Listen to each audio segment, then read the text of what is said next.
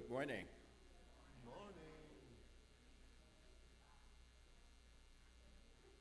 Good morning. That's, just getting the focus. Thank you. Thank you, Dionisio, for wonderful music. Good morning. Happy Hanukkah. Happy solstice. Welcome to the Greenville Unitarian Universalist Fellowship. My name is Sean Trapp, and I serve this congregation as its president. Whether you have been with us on Sundays for a long time or are visiting us for the first time today, we welcome you to our service. This congregation is diverse in beliefs, with participation open to all who agree to embrace our covenant, mission, and values, regardless of your partisanship or lack thereof. We are a welcoming congregation to people of all sexual orientations and gender identities, races, ethnicities, and abilities. We unconditionally welcome you as your full, authentic self to our community of care, spiritual growth, and personal growth. Our congregational mission is to strengthen our connections to one another and our planet by enlivening minds and spirits, building community through liberating love, and advocating fiercely for justice. It is a custom in this congregation to acknowledge visitors and newcomers. If this is your first time here, would you mind raising your hand so we can acknowledge you?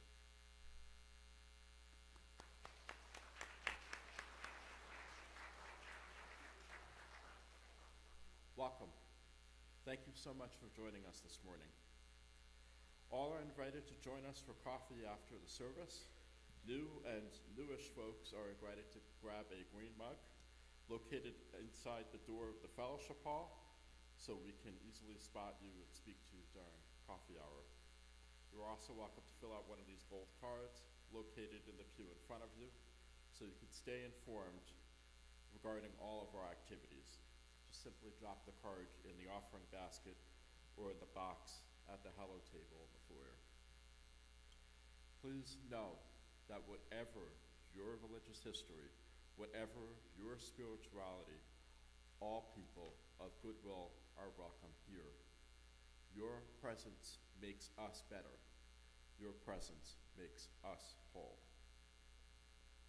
Our service will now begin.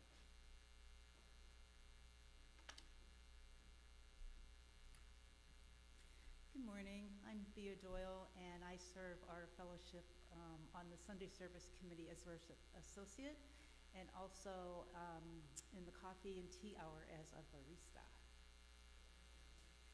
On this winter solstice day, I would like to share with you a reading by Charles A. Howe entitled New Light. We light this chalice to affirm that new light is ever waiting to break through to enlighten our ways.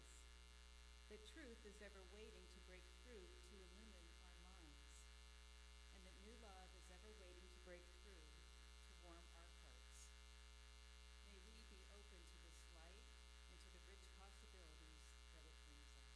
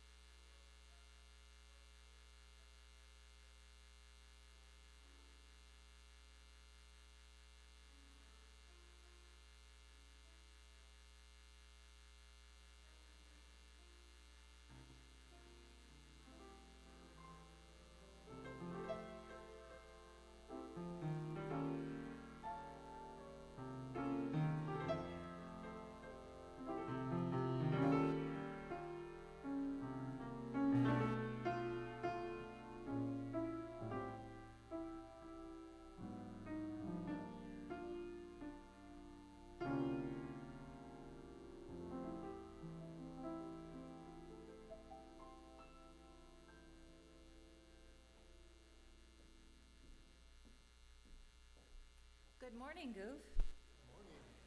I'm the Reverend Chris Hockman, so happy to welcome you here for this annual service where we acknowledge the sadder side of the holidays. In that regard, I have a couple of little announcements and instructions for you this morning. I was also asked to tell you that apparently our technology is feeling a little blue today. Our graphic quality is not what due to a technical difficulty, our graphic quality, particularly the print, is not as clear and as readable as it usually is. So please bear with us.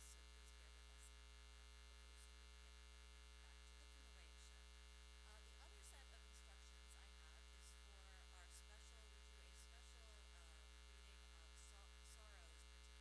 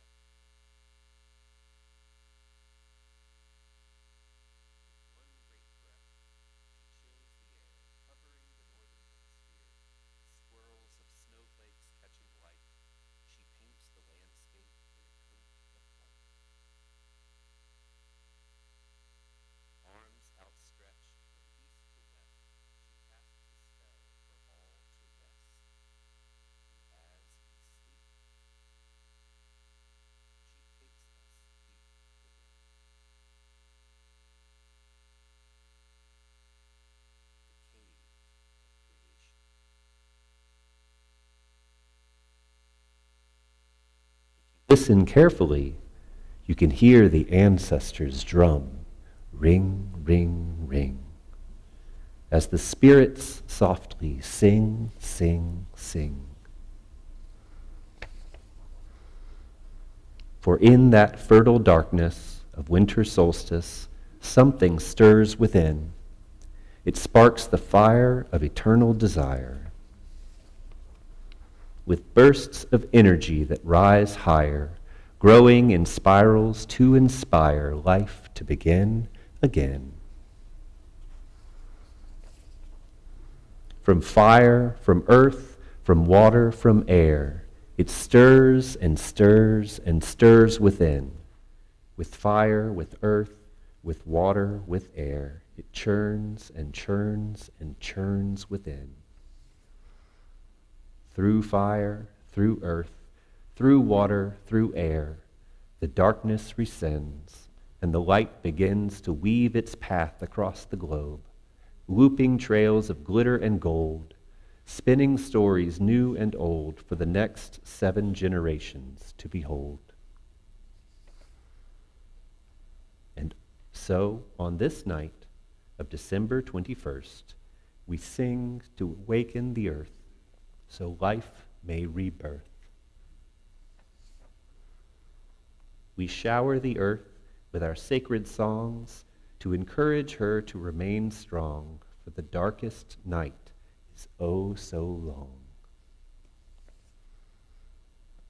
We visualize and pray that hour by hour, day by day, at spring equinox, sun will reach halfway, when once again light and shadow will play. All earth's creatures, big and small, will give thanks for the rising sun, returning our visions to the light and restoring life to each one. So when you wake from your slumber, remember that once upon a winter solstice, dreams of snowflakes sparkling bright guided you through the longest night, teaching us to grow toward the light, even through the darkest night. Thank you for listening. Now, if you didn't know, there will be a summer solstice, winter solstice service later this morning at 12:30 out on the patio. So please join them out there. And if you will follow me, you can go to your classes.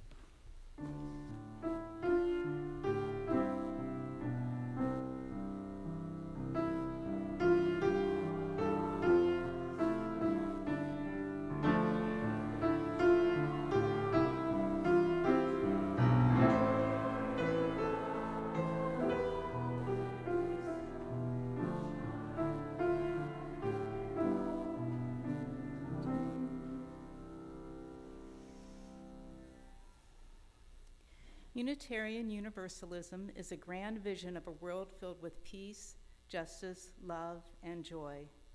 That vision is embodied in its congregations. Every congregation depends on each of its members and friends through their commitment of time, energy, and resources to make that grand vision real. We are Unitarian Universalists, building a world filled with peace and justice, love, and joy. The offering will now be given and gratefully received.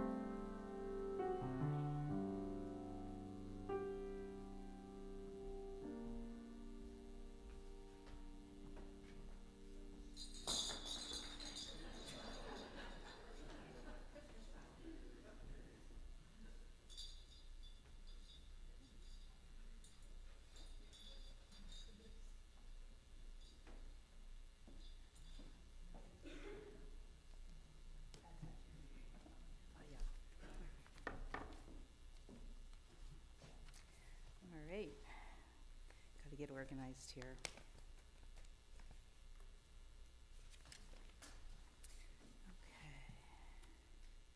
It is our custom in this congregation to share the joys and the sorrows that shape our lives, honoring each one with the lighting of a candle. We recognize that life is not always easy and that we all have moments of celebration and struggle. And by sharing these experiences with one another, we can support and uplift each other as we navigate the significant events of our lives. My granddad, Wayne, passed away this week. We regretfully weren't as close as we ought to have been, but I've been thinking about his life, raised on a farm and educated in a one-room school, to serving in West Germany after the war, with 38 subsequent years of service to his union, the United Steelworkers Local 105. I'm proud of that legacy and can only hope he knew that. And this is from Dylan Mum. All right. Sadness that we are not choking the streets of Washington, D.C., demanding aid for Ukraine and protecting our protesting our ugly behavior in the Caribbean. My sorrow, losing my mother this year and my brother in the hospital, and my work colleague, George, who left us way too soon. My dad passed 2 days after Christmas 4 years ago today. And that's from Ashton A. Loss of my mother, loss of my brother, loss of Pat Smith and other paddling brothers. I don't know if that's Pat Smith. I'm sorry, Hal? And Hal Smith and other paddling brothers. Thank you. A sorrow for 3 extended family members suffering dementia and Alzheimer's. Missing family, both those living and those passed on, and grateful for those I have near me. My sorrows are for the loss of many friends and family this past year, and that's from Linda Mattern.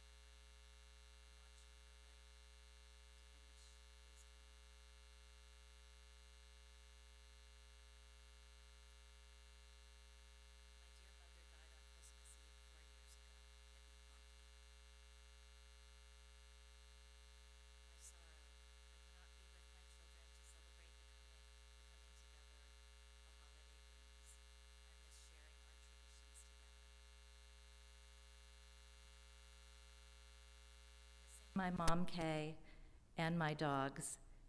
It looks like Finn, and Dexter. This is from Stephen Chapp and Laura Sager.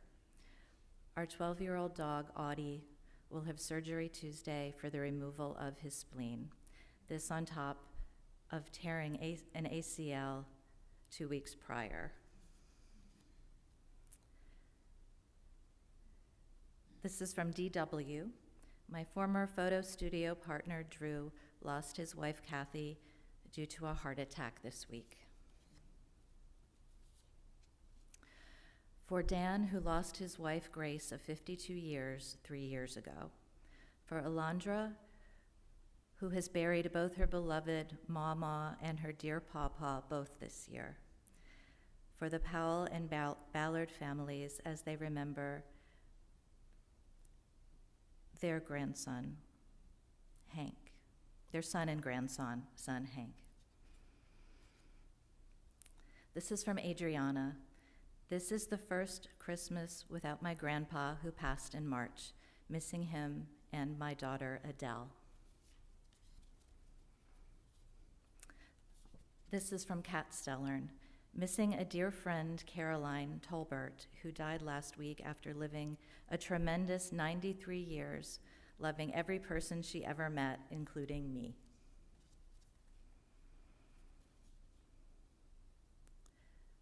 This is from Patria Warnick. A dear friend is struggling to help her husband, who is very ill and is not yet fully diagnosed. He also has the beginning of Alzheimer's. I worry about both of them and hope I can especially support my friend through the difficult times ahead. I am missing my dad like crazy, ready to spend our first Christmas without him and what the future will look like now. This is from Kat, Scott, and Jackson Stellern. The holidays are ever bittersweet for us as we celebrate the birth of our smart, joyful, strong baby girl, Harper Ann Stellern, born this month in 2015, and we mourn her death this month in 2016. She would have turned 10 next week, and we grieve the loss of the life she would have lived. Still, we rejoice in the year she brought so much love and light to our lives. It is saddening that our daughter is an adult now with a spouse and in-laws, having not had to share her at Christmas. It is hard not having her with me on Christmas morning or when she is at her in-laws every other year. Thinking of all who have lost a loved one or pet this past year. This simply says, Mom, Sylvia, Dad, Louis, Sister, Ellie. Oh, then it says Coda. It might be canine Coda.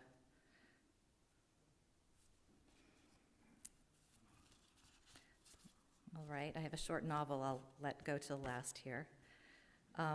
This is an acknowledgement of the Bondi shooting, the Brown University shooting, and the lives of Rob Reiner and his wife. Please keep them and their loved ones in your prayers. Please, God, bring a government that will be demanded to stop violence.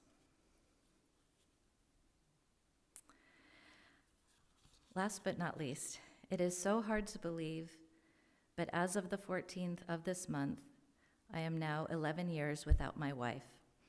Holidays were so much better in my house, with children running around. I suppose that is what I miss the most these days.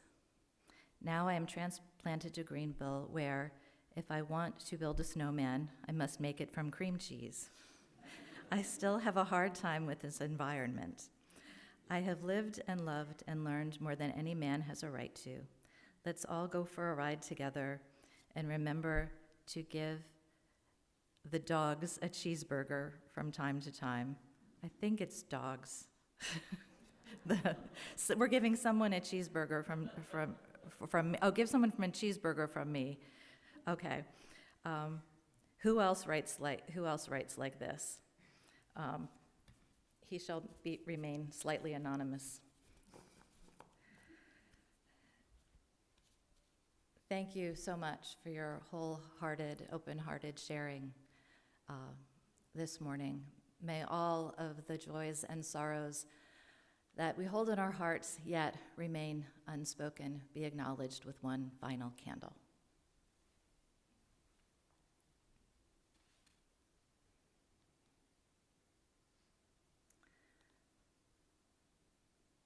Let us all observe a moment of silence before the meditation words begin.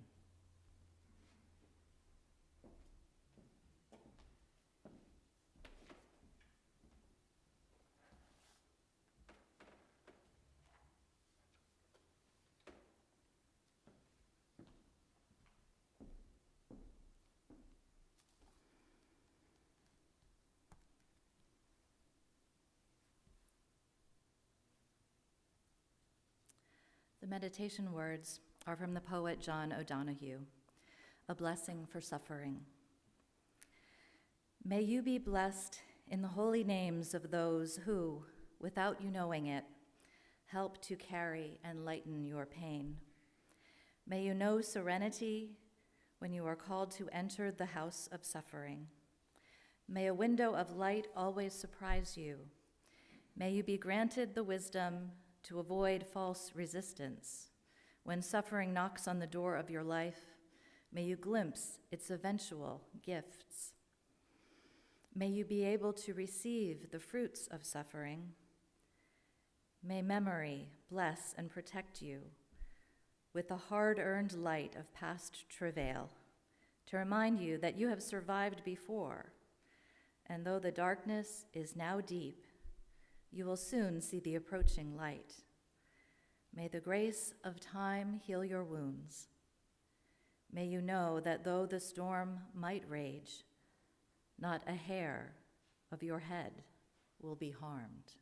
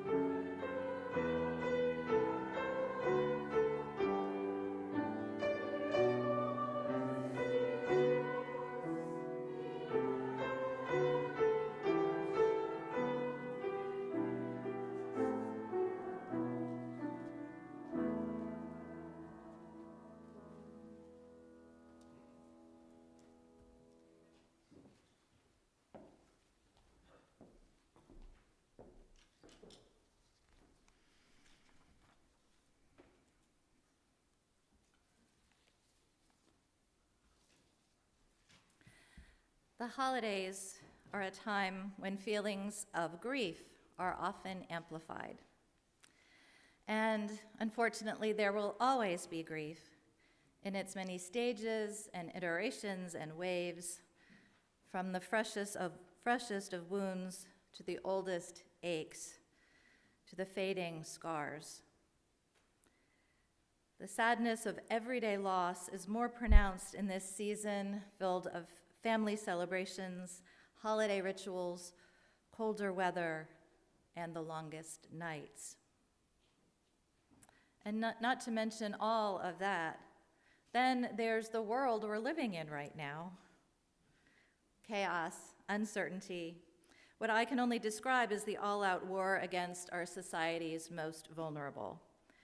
Immigrants, trans people, poor people, those without access to health care. As if that's not enough, there's emboldened and overtly endorsed racism, Christian nationalism that is outrageously un-Christ-like. There's rising worldwide authoritarianism and the deadly impact of climate change.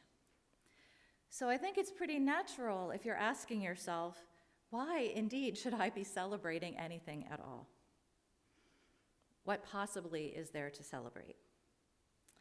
And then there is the guilt, that guilt among those of us who are faring pretty well in this world, while so many are suffering. You know, we talk about living in unprecedented times, but you know, this tension between the holiday celebration and the suffering in the world is really nothing new.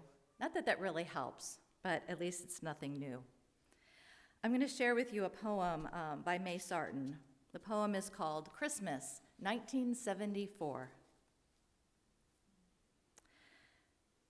In the year of the darkness, in the year of the words, the millions of words, accusing, excusing, breaking, demanding, lying, refusing, in the year of the desert, in the year of the bombs, when hatred pollutes the air, what we long for is silence.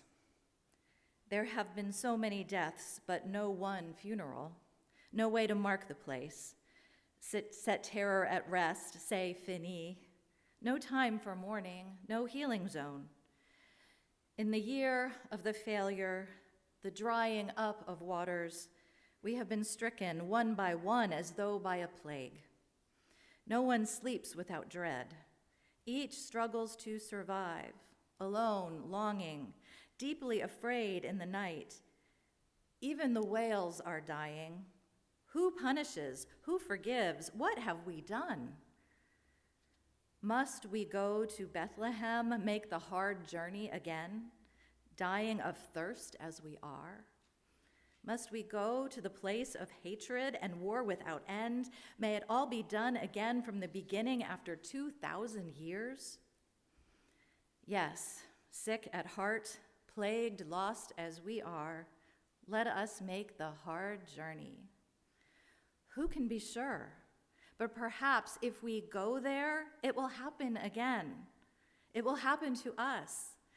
An infant will be born again, out of blood and on filthy straw. How naked, how vulnerable, how desperately in need, this breath between past and future. The infant hope.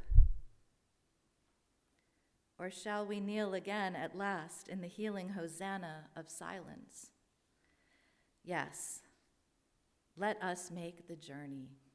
Perhaps it will happen again. As you can tell, even if you cannot remember 1974, that wasn't a great year either.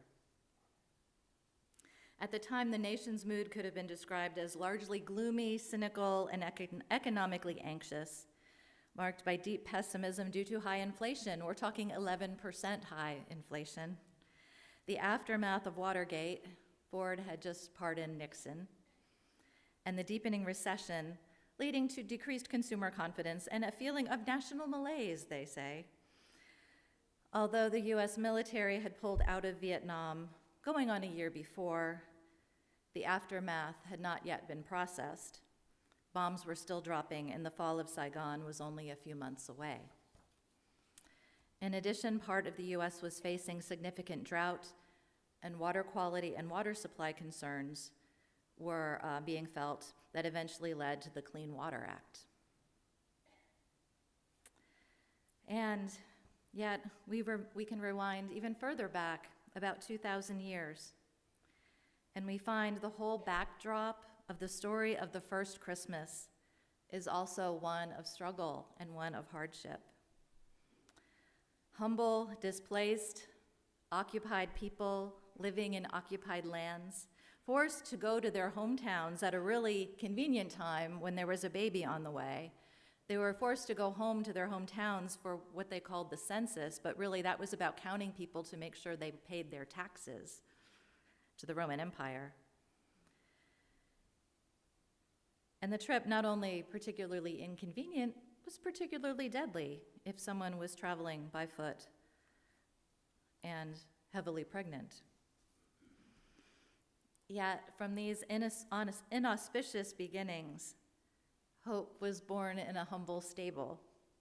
And it doesn't even matter if the story is literally true or not, because this is a story that humanity lives over and over.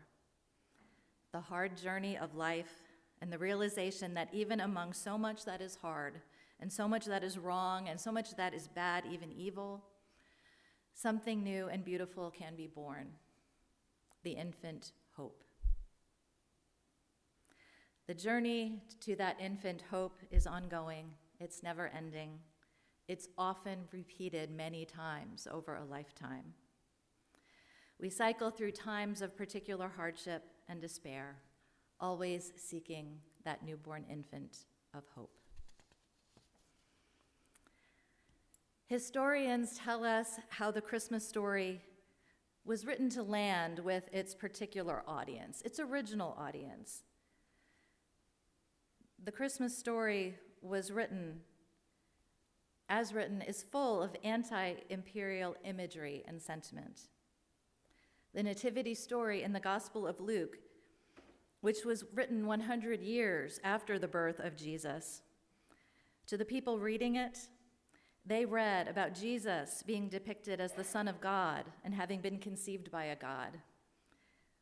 Well, in that first century, the reader, when the gospel was written, would know that similar birth stories were told about the Holy Roman Emperor, Caesar Augustus. So the birth story of Jesus, in the time and place of its writing, was anti-imperialist. The baby lying in a lowly manger is assigned a great star and a visit from magi, quaking shepherds, and kind of the same godliness of the Holy Roman Emperor, as if to say, take that, Rome. Our guy, born in such humble surroundings under your occupation, is just as worthy as you are.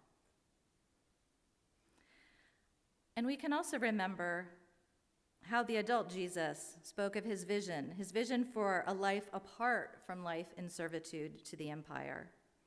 He called out religious hypocrisy and all inhumanity he encountered.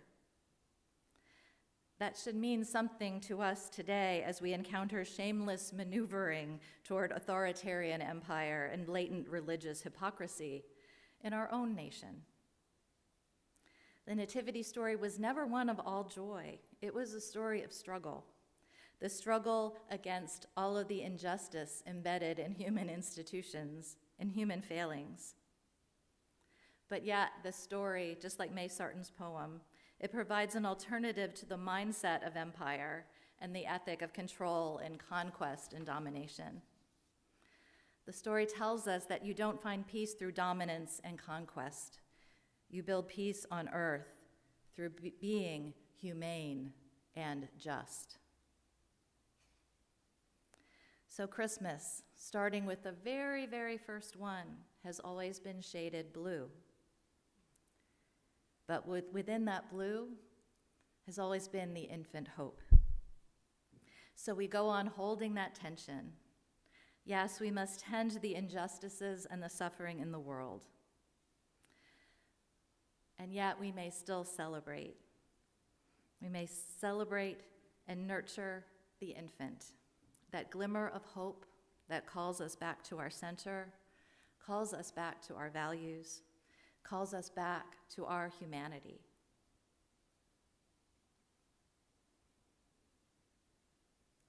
You might call that the biblical geopolitical Blue Christmas. But yeah, there is another Blue Christmas to be acknowledged.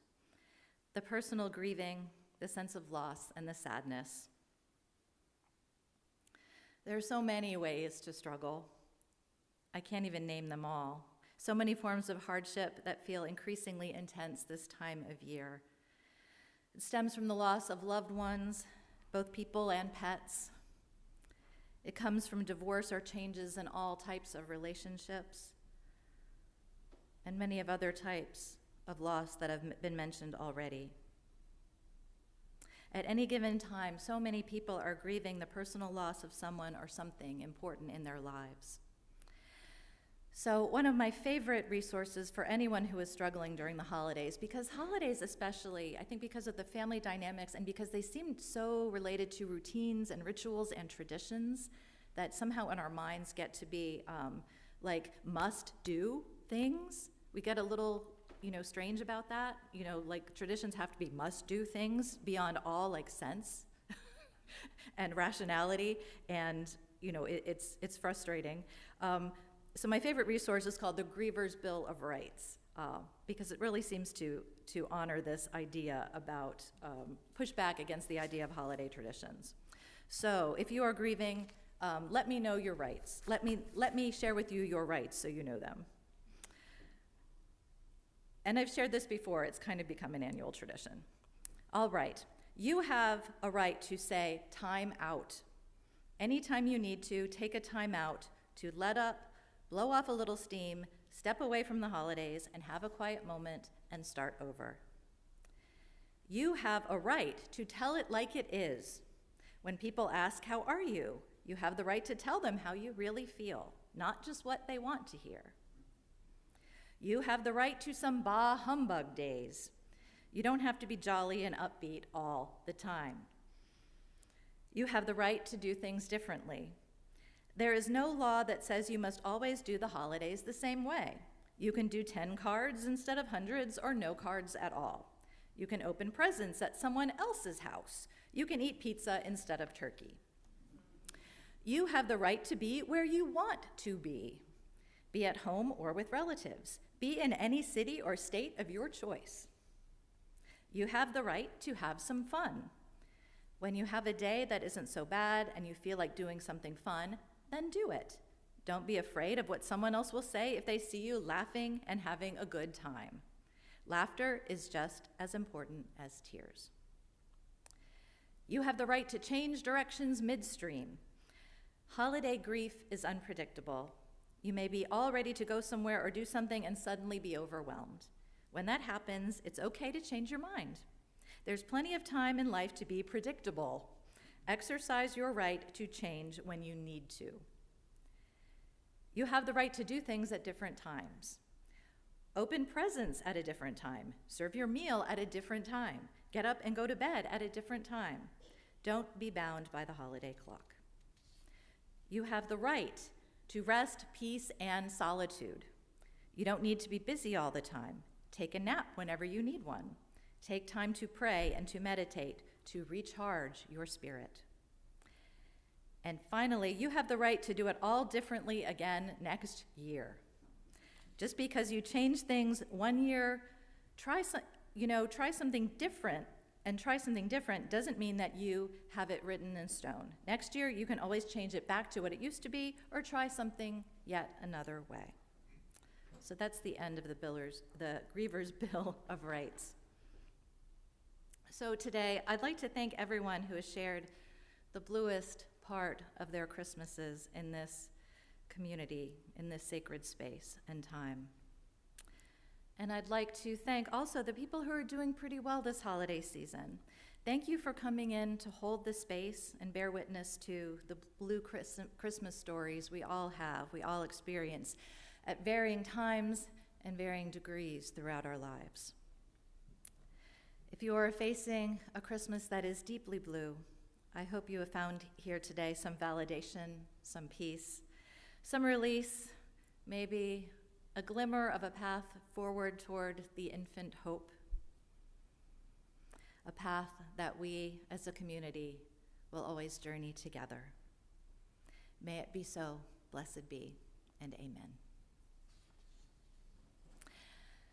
Now, our annual tradition, although I just said so much against traditions, oh well. But this is a good one. We're going to sing Blue Christmas together under the guidance of Dionisio. No need to stand up, but feel free to let it out. Hello.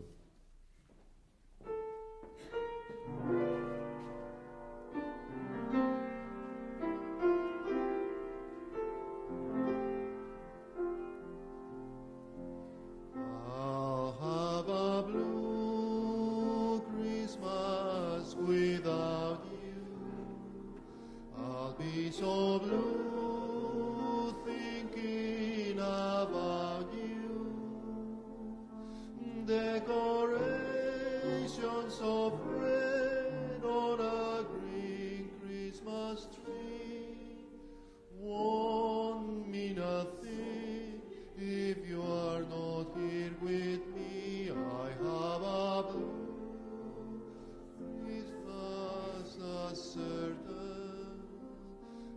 When the blue hearted stars hurting, you'll be doing all right with your Christmas of wine. But I'll have a blue, blue Christmas. You'll be doing all right on a Christmas of wine. But I'll have a blue, blue Christmas. And you'll be doing all right with your Christmas of wine. But I'll have a blue, blue Christmas.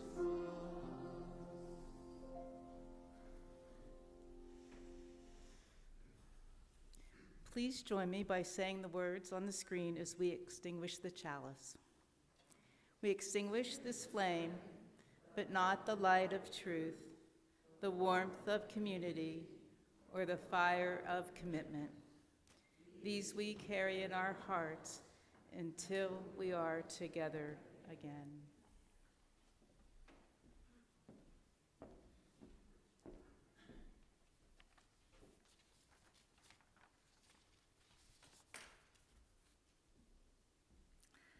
Our closing words are from Jan Richardson.